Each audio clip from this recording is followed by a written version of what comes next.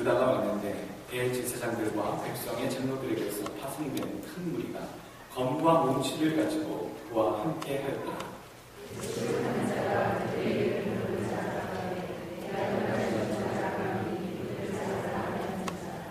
곧 예수께 나와 라비여 안녕하시오니까 하고 입을 맞추니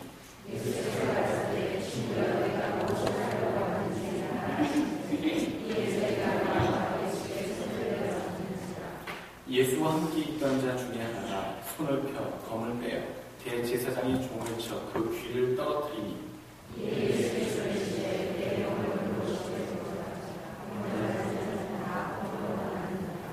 너는 내가 내 아버지께 구하여 지금 12영 더 되는 천사를 보내시게 할 수 없는 줄로 아느냐.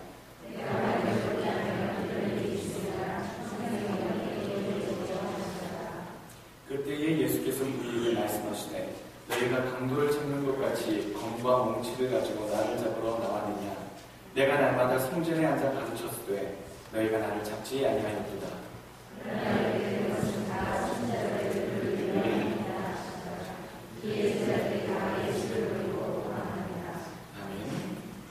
진정 주님을 위하는 길 말씀의 제목으로 함께 은혜 나누겠습니다.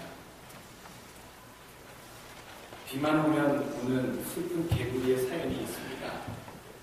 청개구리 이야기입니다.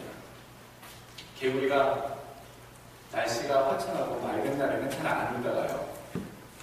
날씨가 흐리고 비만 오면 우는 그 이야기. 평소에는 엄마 말을 그렇게 안 들었던 개구리였습니다. 저쪽으로 가라면 이쪽으로 가고, 하지 말라는 건 꼭 하고, 하지 않아도 되는 건 꼭 하는, 하지 말았어야 될 것과 해야 될 것들에 대해서 혼동스럽게 해요. 부모님 마음을 괴롭혔던, 힘들게 했던 그 개구리의 이야기. 나중에 그 개구리의 참 말 안 듣는 아들 개구리를 향해서 어미가 병들어 죽을 때의 마지막 유언을 남기지요. 나를 물이 흐르는 시냇물 가에 무덤을 만들어다오. 내가 죽거든. 어머니의 뜻은 양지 바른 곳에 이 아들이 평소 때와 같이 말을 안 들었기 때문에 양지 바른 곳에 분명히 내 무덤을 만들어줄 것을 계산을 하고 내 무덤을 시냇가에 물이 잘 스며드는 곳에 만들어다오 했는데 마지막에서야 이 청개구리가 정신을 차리고 거꾸로 행했던 자기의 자신의 행실을 비우치고 부모님의 유언대로 정말로 시냇가에 어머니의 개구리의 무덤을 만들어 드렸기 때문에 비만 오게 되면 시냇물이 넘쳐서 어머니의 개구리의 그 무덤이 떠내려 갈까 목을 놓아 물어댔다라고 하는 이야기. 여러분, 이솝 이야기, 청개구리 이야기입니다. 순종하는 것 참 어렵구나라는 것을 알려주는 것이고요. 또 동시에 그 부모의 뜻을 아는 것, 선생의 뜻을 아는 것, 부모의 뜻을 아는 것, 다른 사람의 뜻을 아는 것이 참으로 어렵구나라고 하는 그런 교훈을 주는 이야기가 오늘 청개구리 이솝의 이야기입니다. 하나님의 뜻을 순종하는 것도 어렵고요. 하나님의 뜻을 헤아려 분별하는 것도 참 어렵습니다. 오늘 성경에 나오는 이 이야기는 지금 2명의 제자들이 지금 나타나고 있습니다. 먼저 나오는 사람은 가룟 유다고요. 또 이어 나타나는 행동을 취하는 자는 베드로입니다. 두 제자가 나와서 오늘 본문 속에 드러나 있지만 두 제자는 같은 점이 있으며 동시에 다른 특별한 점들이 있습니다. 공통점은 둘 다 하나님 주님께서 부르신 12제자 가운데 뽑힌 베드로였고 뽑힌 가룟 유다였다는 사실, 그리고 똑같이 주님 앞에 사탄마귀 짓을 행했다라는 것. 또 다른 점은요, 한 사람은 자기의 실수를 깨닫고 회개하여 주님을 위해 순교하기까지 한 그런 제자가 된 반면, 또 한 사람은 자기 잘못을 깨닫고 괴로워해서 성전에서 받은 그 돈을 가지고 도망가서 자살해서 목을 매는 그런 비참한 운명을 갖게 되는 것으로 또 차이를 드러내기도 합니다. 여러분, 오늘 가룟유다의 이야기가 먼저 나옵니다. 예수께 나와서 예수를 파는 자로 예수님의 제자로 등장하지요. 가룟유다를 생각하면 여러분 참 못됐다, 나쁜 사람이다 라고 늘 생각합니다. 이 세상에 나쁘고 못된 악한 사람들이 참 많은데요. 스승을 팔아넘기거나 배신을 하거나 민족의 것들을 배반한 사람들도 우리 주변의 역사 속에 참 많은데 우리가 유독 가룟유다를 더욱 미워하는 마음이 드는 것은 왜일까요? 그 이유는요. 어차피 민족을 향해 배신자였고 어차피 스승을 판 배신자였고 어차피 공동체를 저버린 배신자들이 우리 주변에도 많은데도 불구하고 내가 가장 사랑하는 예수님을 팔아넘겼기 때문에 수많은 악한 사람들 중에서도 가룟유다가 가장 우리 마음속에 미운 사람으로 바뀌게 되는 것입니다.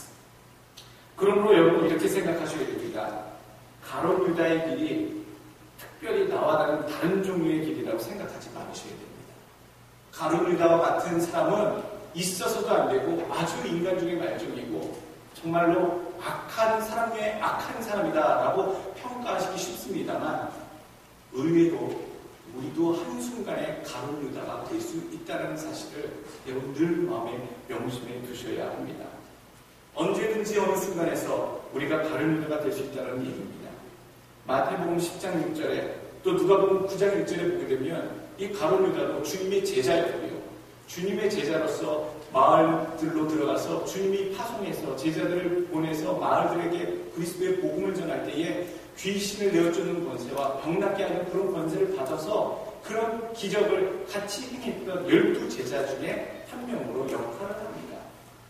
그러므로 가룟유다가 능력이 없거나 하나님의 일을 못하거나 하나님의 제자가 아니었다고는 우리가 상상할 수 없다는 얘기죠. 똑같이 다른 제자들과 함께 그리스도를 위하여 수고했고요. 그리스도를 위해서 기적을 베풀고 복음을 증거했던 그런 사역을 감당했던 제자 중에 하나였던 그 사람. 그런데 그 사람은 별말이 아니었다는 얘기죠.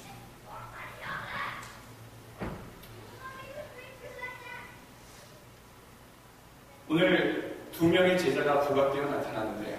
먼저는 가룟유다라 말씀드렸고 뒤에는 베드로라 말씀드렸습니다. 제자들이 어떻게 하면 주님을 위해서 온전한 일들을 할 수 있을까라는 것들을 생각하셔야 됩니다.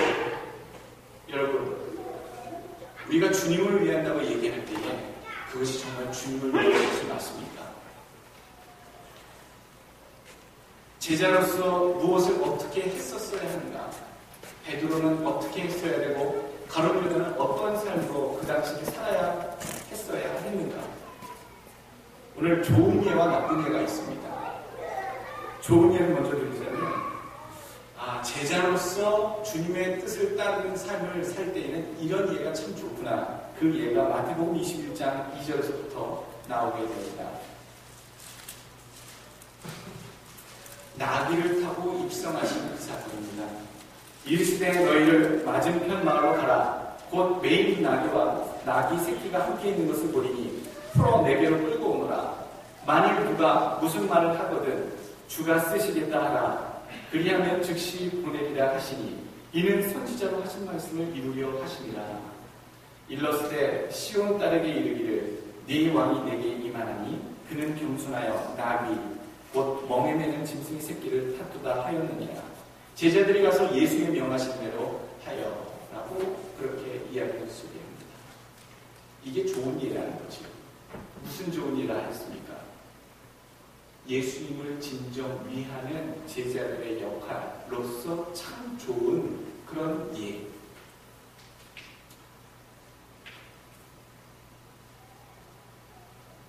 가서 나귀를 끌어오라고 하셨다면 여러분 좀 생각 있는 제자라면 어떻게 준비했겠습니까? 준비하신 분이라고 생각하고요. 이제 예루살렘으로 입성하시게 되면 왕 중의 왕으로 이 이스라엘 백성을 제국의 손길에서 해방시키시고 곧 왕으로 등극하실 우리의 메시아신 귀한 분이야. 그렇다면 여러분 자동차 중에 어떤 자동차를 타고 오시겠습니까?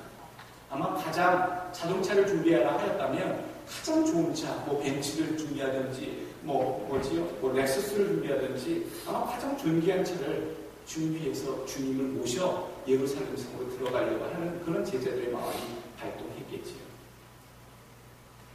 가장 좋고 좋은 깨끗하고 잘생긴 준말을 준비하는 것이 성식 아니겠습니까? 주님께서 할 것을 준비하고 내가 입성하도록 준비해라 라고 그런 종류의 명령을 하달하셨다면 아마 제자들 가운데 서로 상의해서 주님이 입성하실 텐데 가장 좋은 말, 기왕이면 흰 말, 그리고 가장 돋보이는 마치 왕처럼 또는 왕자처럼 예루살렘 들어가실 수 있도록 멋지고 귀한 말 어디서 구해오자 서로 그렇게 상의해서 나름대로 했었을 것 같은데 오늘 그래야 된다고 생각해야 될 것 같은데 오늘 주님께서는 낙이 그것도 새끼 낙이 보잘것없는 멍에 매는 초라한 그런 동물 그 나귀를 끌고 오라고 하고 그걸 타시겠다라고 전했을 때에 오늘 제자들이 잘했다는 거죠. 정말로 잘한 거예요. 왜냐하면 자기의 생각과 판단대로 주님께 이러합니다 저러합니다 라고 얘기하지 아니하고 주님이 말씀하신 대로 주가 쓰시겠다라고 하는 그 문장만 그대로 그 나귀 주인에게 전한 뒤에 나귀를 끌고 주님을 위해서 준비하였기 때문에 그 두 제자, 오늘 성경에는 정확히 그 두 제자의 이름이 나오지 않습니다.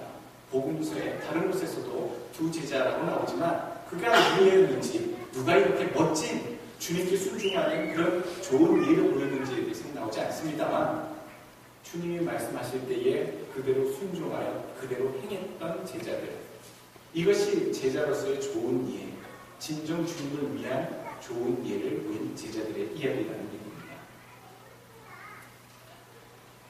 주님이 왜 나귀를 타셔야 되는지에 대해서 얘기를 해주시죠. 왜 나귀를 타야 된다고 제자들에게 일깨워 주십니까?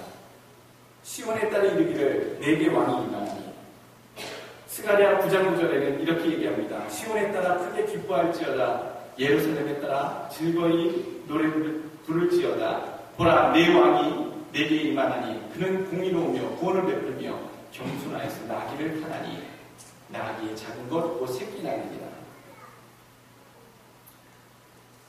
새끼 나귀를 타고 메시아가 임할 것임에 대해서 주님께서 그 뜻을 선지자의 말씀, 즉 하나님의 말씀을 이루기 위해서 내가 나귀를 타야겠다라고 하신 그 말씀을 들은 제자들은 주님의 의도가 무엇인지 분명히 알았고요. 그 의도대로 주님이 정말 그렇게 원하신다면 주님의 행색에는 어울리지 않는 나귀지만 주님의 뜻이라면 순종하겠습니다. 가서 주님이 그렇게 행했던 모습. 오늘 제자로서 주님을 진정 위한 길로서의 좋은 예가 오늘 이 얘기입니다. 나쁜 얘기를 하나 들어드릴게요. 나쁜 예입니다. 오늘 49절에 그 예가 나오고요. 51절에 그 예가 나옵니다. 본문에 있는 예는 다 주님이 진정 주님을 위한 길이 아닌 나쁜 예가 나와 있습니다. 49절에 나오는 나쁜 예 첫 번째는요. 바로 가룟유다의 예입니다. 이 예시는 위선적인 행동으로서 주를 섬기는 자의 모습을 보여주고 있지요. 예수님께 입맞추고 라는 표현이 49절에 나옵니다. 여러분 입맞추는 것이 여기서 인사입니다. 특별히 인사 중에서 존경하는 자, 스승이나 가장 존귀한 자에게 제자들이 이렇게 경의를 표현하는데 나누는 인사가 입맞추는 그런 것으로 우리는 그 근동에 중동에 있는 그런 인사법을 알고 있습니다. 사랑과 존경의 인사가요. 그런데 오늘 본문에서는 예수님을 팔아넘기는 암호로 쓰입니다. 오늘 성경에 군호라고 나와 있는데 48절에 군호는 군인들이 서로 자기의 뜻을 확인하고 작전하거나 그 행동을 맞추기 위해서 하는 군사적인 암호를 군호라고 합니다.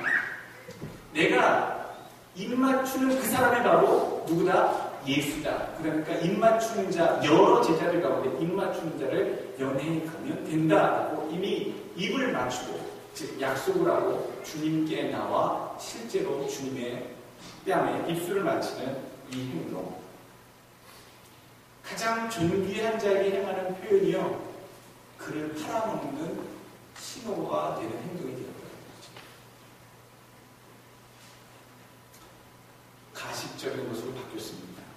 존경의 표시가 가식의 순간이 되어버렸고요. 위선의 순간이 되어버렸고요. 위하는 척하고 보호하는 척하는 가로리다가 본색을 드러내는 행동이 바로 예수님의 뺨에 입을 맞추는 행위였습니다. 여러분, 이거 참 조심하셔야 됩니다.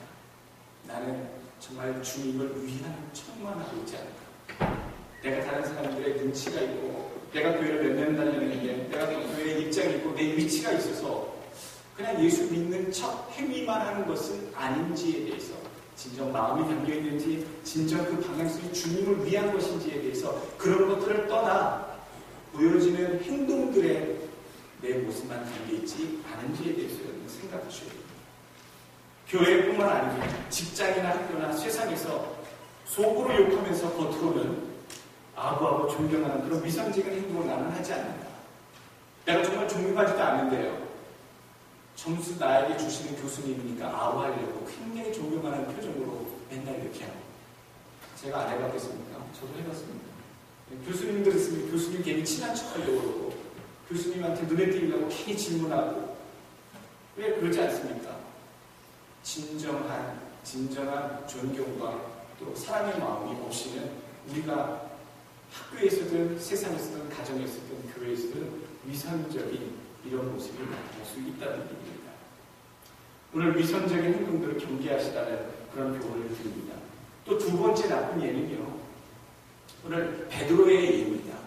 제자가 왜 이렇게 행동했어요? 왜 했을까? 한 사람은 예수님을 위하는 척하고 예수를 팔아넘기는 아주 그런 위선적인 행동을 했는데, 두 번째 등장한 베드로는 나름대로 주님을 보호하려고 칼을 빼서 칼부림을 하고 주님을 보호한다고 했는데, 그것이 또 오늘 본문에서는 나쁜 예로, 제가 왜 나쁜 예로 베드로의 예로 드는 줄 아십니까? 예수님을 방어하기 위해서 자신이 갖고 있던 칼을 빼었습니다. 의도는 선했습니다. 주님을 보호하겠다는 것이죠. 그런데 그 의도는 선했습니다만 주님이 장차 고난의 십자가의 잔을 받으셔야 된다라고 하는 주님의 계획과 의도는 헤아리지 못했다라는 얘기입니다. 주님이 붙잡혀 가셔서 정말 평소에 늘 얘기하셨던 3번씩이나 십자가에 달려 돌아갈 것이라고 그렇게 제자들에게 3차례 예고를 하셨음에도 불구하고 장차 그 일이 일어나는 그 순간에 그 일을 막으려고 하는 것 자체가 십자가의 놀라운 하나님의 사역을 막으려는 행위가 되어버리고 말았다는 것이죠. 정말로 주님을 위한 것이었습니까? 겉으로 보기에는 주님을 잡으러 온 그 제사장들의 군속들을 향해 주님을 보호하려는 것 같은 행동이 나왔습니다만, 실제로 그가 그렇게 해서 주님을 막았고 주님의 연행을 막았다면 예수 그리스도의 이 땅에서의 십자가의 사역은 이루어지지 못할 뻔한 그런 순간이 되어버리는 그런 행위였다는 얘기죠. 52절에 검을 가진 자는 검으로 망한다. 그 당시 통용이 되던 속담이었습니다.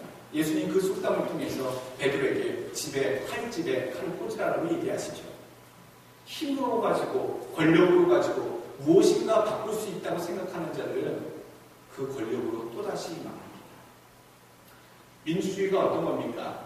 백성들이 선거를 통해서 그 권력을, 정권을 바꾸기도 하고 합법적으로 그렇게 바꾸기도 합니다만, 예전에는 힘으로, 칼로 일어선 자들이 꼭 그렇게 정권을 잡거나 총칼로 일어선 선자들이 자기의 권세를 잡기 위해서 그런 것들을 우리가 역사 속에서 많이 보기도 합니다. 부잣집 아들로 태어났었던 인권운동가 그 젊은 변호사 피델 카스트로는 나중에 그 혁명을 일으킨 다음에 쿠바의 독재자가 되어서 수십 년 동안 또 독재를 하지 않습니까? 또 1979년에 성직자, 시아파 성직자였던 호메이니는 그 젊은 청년이었던 그는 자기가 믿는 알라를 위해서 그 썩어 빠진 왕조였던 팔레비 왕조, 이란의 그 왕조였지만 동시에 독재였죠. 그 왕조 독재를 종식시키고자 혁명을 일으켰지만, 또한 이 호메니 역시 1989년 자기가 죽을 때까지 신정 정치의 독재를 완벽하게 구현해냈던 그런 사람이 되어버리고 말았습니다. 여러분 어떻게 생각하십니까? 힘으로 할 수 있다는 것, 힘이 있으면 또 사람들이 나와 뜻을 모은다면 다 할 수 있고 다 엎을 수 있을 것 같으나 힘으로 일어선 자, 힘에 또 무릎을 꿇을 수밖에 없다는 진리는 예민한 진리야. 칼로 일어선 자는 칼로 망한다는 진리는 변함이 없는 것 같습니다. 그렇다면 베드로가 그 순간에 했어야 되는 행동은 무엇이었겠습니까? 베드로는 어떻게 예수님을 보호하고 지켰어야 합니까? 여러분들이 베드로였다면 또 뜻하지 않게 품에 호신용 칼이 있었다면 여러분은 어떻게 그 상황 속에 행하셨겠습니까? 마태복음 16장이 오늘 좋은 예로서 예수님의 제자들이 어떻게 해야 되는지에 대해서 얘기해 주고 있습니다. 교훈을 삼으시기 바랍니다. 마태복음 16장 21절 보면 그때로부터 예수 그리스도께서 자기가 예루살렘에 올라가 장로들과 대제사장들과 서기관들에게 많은 고난을 받고 죽임을 당하고 제3일에 살아나야 할 것을 제자들에게 비로소 가르치시니 이거 외에도 주님께서 순환을 받고 십자가에 달려 돌아가실 것에 대해서 누누이 3번씩이나 제자들에게 일깨워 주십니다. 명심하라. 이런 일이 있게 된다. 십자가에 내가 잡혀서 죽게 된다. 너희를 위해서 그 일이 이렇게 된다. 22절 베드로가 예수를 붙들고 간하여 가로되 주여 그리 마옵소서 이 일이 결코 주에게 미치지 아니하리이다. 이것도 상식적으로 제자가 주님께 할 수 있는, 스승에게 할 수 있는 얘기입니다. 주님, 그렇게 끔찍한 일이 내 사랑하는 스승님께 이런 일이 일어나지 않을 겁니다. 절대로 그런 일이 일어나서는 안 됩니다. 라고 얘기하고 있습니다만 23절 예수님의 말씀, 무시무시하신 말씀하십니다. 사단아, 내 뒤로 물러가라. 너는 나를 넘어지게 하는 자다. 네가 하나님의 일을 생각지 아니하고 도리어 사람의 일을 생각하는도다 하고 오늘 16장 오늘 21절 23절에서 우리가 찾아야 될 교훈이 뭡니까? 제자는 뭐 해야 됩니까? 스승을 위해서 살아야 됩니다. 그런데 어떻게 하는 것이 스승을 위한 겁니까?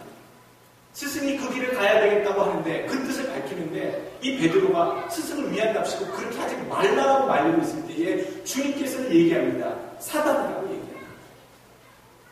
내 뒤로 물러가라고 얘기합니다. 왜 그렇습니까? 스승님을 위해서 그렇게 얘기한 것뿐인데 왜 스승은 그게 못마땅했습니까? 하나님의 일을, 하나님의 뜻을 분별하지 않고 내 생각, 사람의 생각만 하고 네가 그렇게 앞장서 있는 것 그 앞에서 나와 내 뒤로 들어가라 라고 주님께서 지금 허풍 치고 계시다는 겁니다. 결론은 이렇습니다. 제자는요 스승의 뜻과 행동과 발자취만 따라가시면 돼요.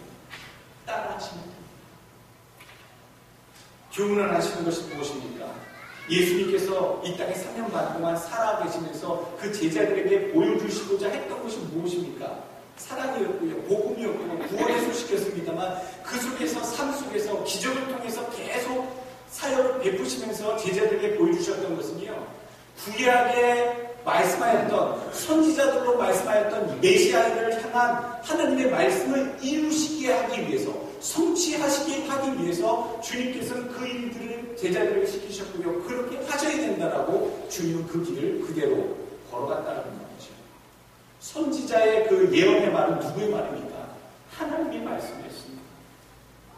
오래적서부터 예전서부터 이미 백성들에게 이때에 보내실 메시아가 과연 이 길을 갈 것이고 이런 일들이 너희 삶 속에 일어날 것이다 라고 하는 하나님 아버지의 뜻을 이루어 드리려고 성자 대신 아들 대신 예수님께서는 하나님의 뜻을 이루어 드리려고 굳이 나귀를 타셨고요. 굳이 십자가 달려가는 이 과정들을 그대로 재현하시고자 그대로 따르시고자 그 삶 속에 자기를 놓으셨다는 얘기죠.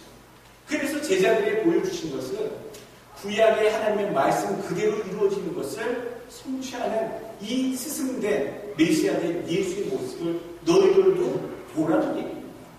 보고 쫓아오라는 얘기죠. 누구의 뜻을 이루어드리기 위하여? 하나님의 뜻을 이루어드리기 위하여 애쓰시는 성자 예수의 모습. 그 모습을 제자들은 분명히 봤었고요. 그대로 살아야만 되는 사람들이 바로 예수님의 제자들이라는 걸 우리에게 보여주고 계십니다. 초두에 말씀드렸습니다. 말씀에 순종하는 것은 조금 어렵습니다. 근데 그 뜻을 분별하는 것은 더 어렵습니다. 믿음이 있어야 순종할 수 있고요. 또 영적인 분별력이 있어야 그 하나님의 뜻을 분별할 수 있습니다. 그러니까 여러분들이 하나님의 뜻대로 살 수 있다라고 한다는 것은 기적 같은 일이지요. 하나님의 뜻에 순종하시려면 여러분들 믿음이 있으셔야 되고, 또 순종하되 하나님의 뜻이 의도가 계획이 무엇인지 아시려면 하나님과 교감하는 영적인 분별력, 깨달음이 또한 있어야지 여러분들 그 마음에 답답함 없이 순종하실 수 있다는 얘기입니다. 하나님의 뜻을 알면 얼마나 좋겠습니까? 하나님의 계획을 알면 얼마나 좋겠습니까? 내가 이렇게 해도 하나님이 이렇게 하실 거니까 걱정 없어. 얼마나 형통한 삶을 살 수 있을 거라고 예상이 되십니까? 그런데요, 지금 말씀드린 것처럼 하나님의 뜻을 알기가 그렇게 쉽지는 않다는 얘기입니다. 말씀을 통해 우리에게 계시하고 계시고, 기도를 통해, 꿈을 통해, 환상을 통해 하나님께서 우리에게 뭔가 증거를 주시고 단서를 주시지만 나타나는 것들로 우리가 잘 알아듣지 못하고 보지 못하기 때문에 하나님께 순종을 할 수 있으나 때로는 하나님의 뜻을 분별하는 일은 정말 힘들다라는 얘기입니다. 그럴 때 제자들이 할 수 있는 두 번째 자세는요. 첫 번째 자세는 스승의 뜻과 행동과 발자취만 쫓아가면 된다라는 얘기를 드렸는데, 두 번째 제자들이 할 수 있는 방법은요. 그냥 따라하면 하는 거예요. 순종하면 하는 거예요. 알지 못해도, 깨달지 못해도, 무슨 의도인지 몰라도, 도대체 내 삶에 왜 이런 일이 일어나는지 몰라도 하나님이 이렇게 하시라고 말씀을 통해 내게 감동 주시고 상황을 통해 내게 지적하시고 이끄실 때에 그냥 그 상황에 주님께서 이렇게 하시길 원하시는구나 라는 그 부분에 순종만 하시면 된다는 거예요. 다시 한번 베드로의 질문을 듣지요. 그럼 베드로는 어떻게 했어야 됩니까? 여러분, 극작가라면 베드로가 어떻게 했어야 된다고 글을 다시 쓰시겠습니까? 예수님이 잡혀가시는 것을 보고 평안하게 다치지 않게 그냥 무사히 잡혀가시도록, 물론 기쁜 마음은 아니겠습니다만 스승이 잡혀가는데 고의 붙잡혀가시는 것을 보내드리거나 아니면 제자로서 스승이 붙잡혀가는 그 형국에 나는 제자로서 주님과 같이 나도 연연해 주십시오. 주님이 십자가에 달려가서 그 고난을 당하시는 그 길에 이제서부터 시작이 되신다면 나도 십자가에 달리신 예수님, 내 스승님 옆에 같이 매달리고 싶습니다. 저도 붙잡고 가시지요. 라고 얘기하는 것이 가장 다시 쓰게 된다면 정답이 될 수 있다는 거죠. 주님의 뜻이 무엇인지 알고 주님이 어떻게 원하시는지 알기 때문에 제자된 베드로는 그렇게 했어야지만 정답이 될 수 있다는 얘기입니다. 베드로는 쫓아가기는커녕 오늘 맨 마지막에 동사 뭐라고 표현합니까? 제자들이 다 도망하니라 라고 나옵니다. 보호해준다고 했는데, 보호해주려고 칼까지 뽑았는데 한순간에 다 도망가고, 주님을 위해서 고분하게 순수하게 붙잡혀가겠다고 어느 한 제자 주님이 붙잡혀 가실 때에 나도 붙잡아 가시오 라고 의문을 드러내는 그런 제자는 없었다는 얘기입니다.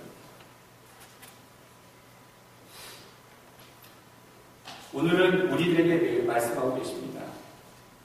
그래서 지금 우리들에게 십자가를 지고 다시 따라오라고 얘기하고 계십니다.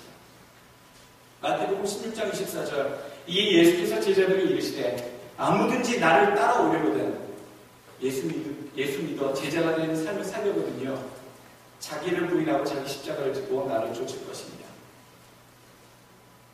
의도가 파악되지 않으면, 주님의 뜻이 잘 모르면 그냥 쫓아가는 것이라고 얘기했습니다. 근데 그냥 쫓아가려면 필요한 과정이 있죠. 내 생각을 버려야 됩니다. 내 판단을 버려야 됩니다. 오늘 그래서 자기를 부인하고 자기 십자가만 지고 쫓아오라고 얘기하십니다. 내 입장과 내 생각을 버리는 자세가 바로 자기를 부인하는 일입니다. 내 생각하기에는 목사님 그거 아닌데요, 내 생각하기에는 이 길로 가야 되고 이렇게 해야 되고 이거 해야 되는데 왜 이렇게 하지? 잘못 가고 있어. 이거 영 아니야. 여러분 생각이지요. 하나님 계획이 계십니까? 하나님 뜻을 발견하셨습니까? 확신에 차 있습니까? 하나님 역사 속을, 시간 속을 어떻게 또 변경시키시고 환경을 바꾸셔서 하나님의 뜻대로 인도하실 때에 그 변화가, 그 결과가 맞다고 확신하십니까? 자기를 구현하지 않는 자는 자기 생각으로 하나님의 뜻을 가리는 자밖에 될 수, 그러한 자밖에 될 수밖에 없습니다. 바로 베드로가 그랬기 때문에 하나님의 것을 생각하지 못하고 사람의 것을 생각했기 때문에 예수님께 사단아 내 뒤로 물러가라 라고 지적을 당했다는 얘기죠.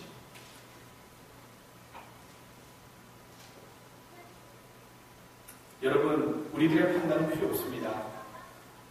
여러분들의 생각은 필요 없습니다. 하나님의 뜻을 헤아리고 분별하려고 때에만 사용하시면 됩니다. 목사님, 우리를 너무 자존감을 얻게 만드시는 거 아닙니까? 여러분, 우리에는 하나님 앞에 지극히 벌레 같은, 지렁이 같은 존재다 성경에서 얘기했습니다. 지극히 높으신, 존귀하신, 지존하신 하나님의 그 계획 속에 우리가 IQ 150도 안 되는 사람들이 뭘 생각하고, 무엇을 계산하고, 무엇을 예상합니까? 비록 할 수 있다 하더라도 이끄실 때에 우리 생각 앞세우지 마시고 하나님의 뜻에 상황 속에, 부르심 속에 순종하실 수 있는 믿음이 먼저 앞에 계시는 여러분 되시길 주의 이름으로 부탁드립니다. 오늘 마지막에 한 가지 더 드릴 것은요, 바로 하나님의 교회의 머리는 바로 예수 그리스도시라는 얘기입니다. 골로새서 1장 18절, 그는 몸인 교회의 머리라. 그가 근본이고 죽은 자들 가운데서 먼저 나신 자니 이는 친히 만물의 으뜸이 되어야 하시며, 에베소서 5장 23절, 그리스도께서 교회의 머리됨과 같음이니 그가 친히 몸의 구주시니라. 제가 늘 말씀드립니다.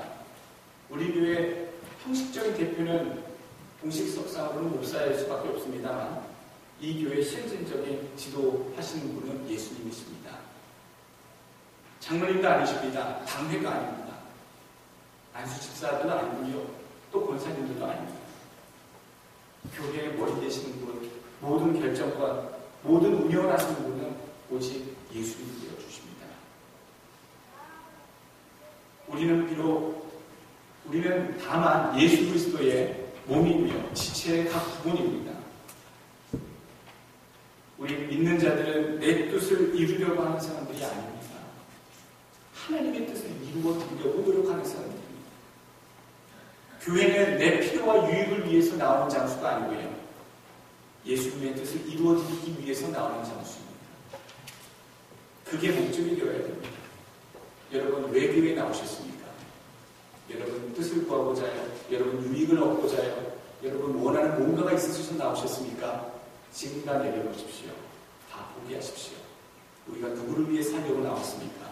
하나님을 위해 살려고 나왔고 주님의 뜻을 이루어드리기 위해 이 자리에 모인 자들이라는 것 명심하시고, 오늘 본문에 나와있던 제자들처럼 주님을 위하는 척도 하지 마시고요, 주님의 뜻이라고 자기의 말을 위장하지도 마시고요, 그렇다고 또 주님 앞에서 도망가지도 마시고 내 마음대로 하지 마시고 주님이 원하는 대로 하시고 주님의 뜻을 이루어드리기 위하여 분명히 애쓰시고 힘쓰시기만 하는 주의 백성들 되시길 주의 이름으로 간절히 축원합니다.